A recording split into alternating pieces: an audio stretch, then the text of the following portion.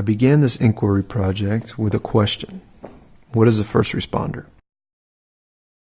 It's a loud truck. Once he does the initial size up and actually has the first patient contact. So it's pretty much size up, first one on the scene, any kind of wreck or any kind of structure or anything like that. We're first responders. I would probably say that a first responder is basically literally the first response. That can be just a civilian just sitting, having to be watching the incident that occurred. Whoever the first person is to come and, assess the situation, administer aid, call for help, any kind of authorities, just do whatever they can to help. The first responder would technically be the trained professional that does the job, so that would be the fire, police, or the rescue. To me, I would say first responders are, I just think of, police officers, EMTs, firefighters. When there's an emergency, those are the people who are generally there first. Here at the police department, we are the campus's first line of defense. So as you can see, the majority of the people that I've interviewed assigned the designation of first responder to the first uniformed personnel on the scene with training in the situation at hand. But according to the Federal Bureau of Investigation's Law Enforcement Bulletin and an article entitled "Those Terrible First Few Minutes, Revisiting Active Shooter Protocols for Schools," written by Michael E. Berger, Ph.D., and Jeffrey E. Berger, Ph.D., the authors encourage a different view. They explain that when those first few moments are analyzed and we examine the time period between the first contact with an armed intruder on school grounds and the arrival of help, the police should be considered second responders. Unless the situation begins with the shooter confronting a school resource officer, the first reaction will come from individuals whose professional orientation is far removed from armed conflict. That means you, me, and anyone you share a classroom with. I had a chance to sit down with Lieutenant Brian Thomas, who is the UNC Charlotte Emergency Management Officer. We discussed what the role of the student and faculty was from the point of view of the administration and those who make the crisis management doctrine. My name is Lieutenant Brian Thomas with the UNC Charlotte Police Department. I'm also the Emergency Management Coordinator for the University of North Carolina at Charlotte. Term first responder to me is basically anyone you're calling looking for help. That may be dependent on the nature of the emergency. In a formal sense, it may be the police department, it may be fire, it may be medic, or in a situation where professional people aren't available, anyone that you're looking to assistance from. When you start talking to anybody on the campus community, being faculty, staff, or students, the first thing we ask them is to understand that they have a great stake in their own safety. The police are here to help. We do the very best job we can, but I might have 5 people on duty. There are 26,000 plus students here. We have 60, 70 buildings on this campus now. We can't be in all places at all times.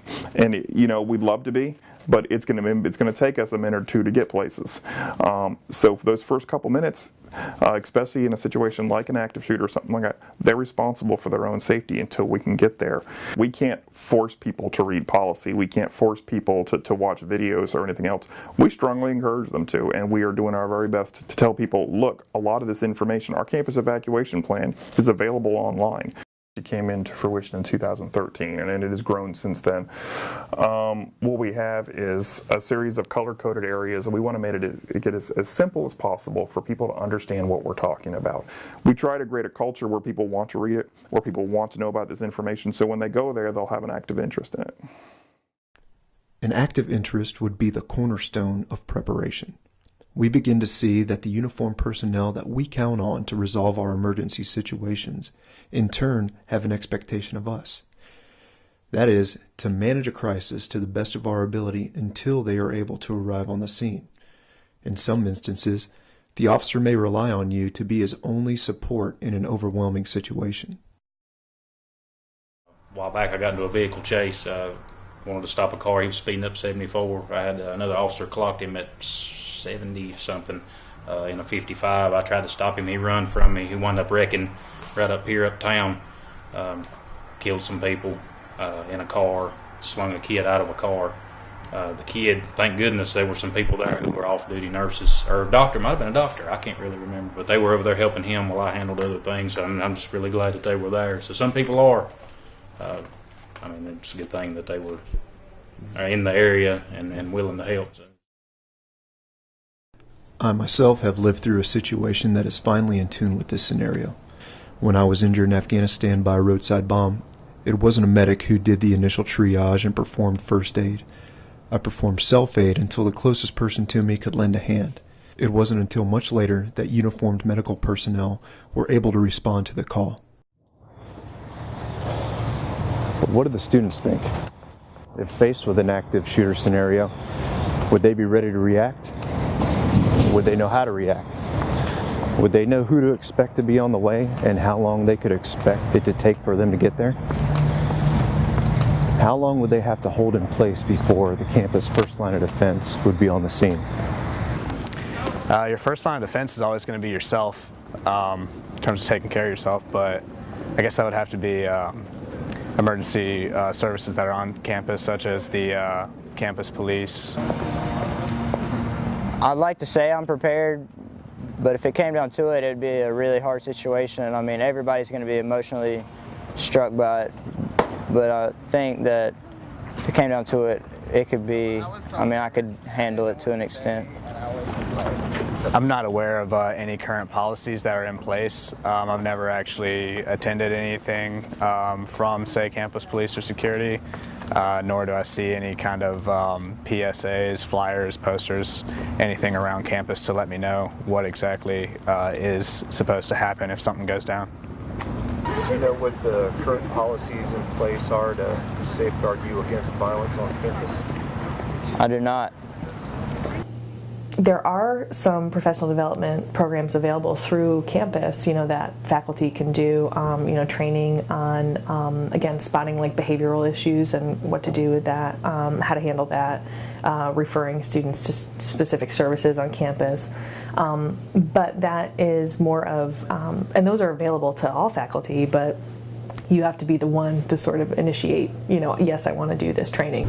I extended my initial question of what is a first responder to 10 students who attend UNC Charlotte by asking them if they see themselves as potential first responders. Of the 5 males and 5 females that I surveyed, only about half of them identified themselves as potential first responders. This could be interpreted to mean that you can only rely on about 50% of the people around you to help stop the problem before it starts, work with you to find safety, render aid if you're injured, or fight back in your defense. I wonder why this percentage is so low and how accurate this statistic truly is. So, why should we identify ourselves as first responders? According to Dr. Dewey G. Cornell, a forensic clinical psychologist and college professor and director of the University of Virginia's Virginia Youth Violence Project, we cannot wait until there is a gunman at the door to think about violence prevention. His message encompasses a wide range of academic, controlled, and program-based studies that demonstrate the effectiveness that immersion in school-based counseling, exposure to conflict resolution techniques, and violence prevention programs has on de-escalating problems that could lead to a violent end. There is a mistaken belief that we must be able to predict violence in order to prevent it. On the contrary, we can prevent problems without prediction if we take a public health approach.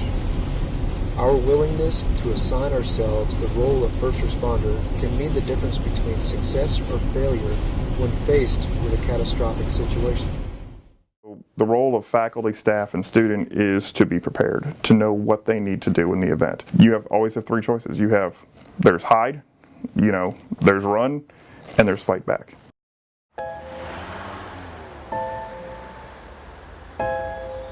Devastating effects are the same. And unfortunately, you need to be prepared for the worst. If you were ever to find yourself in the middle of an active shooter event, your survival may depend on whether or not you have a plan. There are 3 things you could do that make a difference. Run, hide, fight. Encourage others to leave with you, but don't let them slow you down with indecision. Trying to get yourself out of harm's way needs to be your number one priority. Once you are out of the line of fire, try to prevent others from walking into the danger zone and call 911.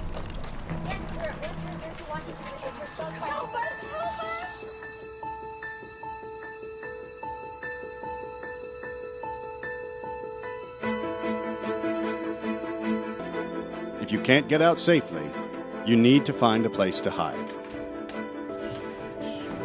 Act quickly and quietly. Try to secure your hiding place the best you can. Turn out lights, and if possible, remember to lock doors. Do your best to remain quiet and calm.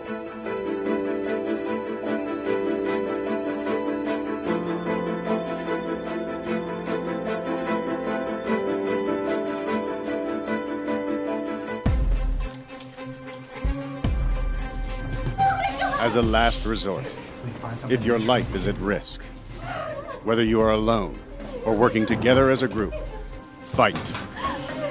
Act with aggression. Improvise weapons. Disarm him.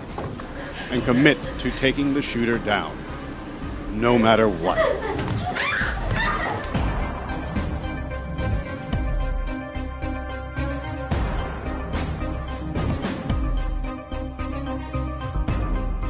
The first responders on the scene are not there to evacuate or tend to the injured. They are well trained and are there to stop the shooter. There are 3 key things you need to remember to survive. Run, hide, fight.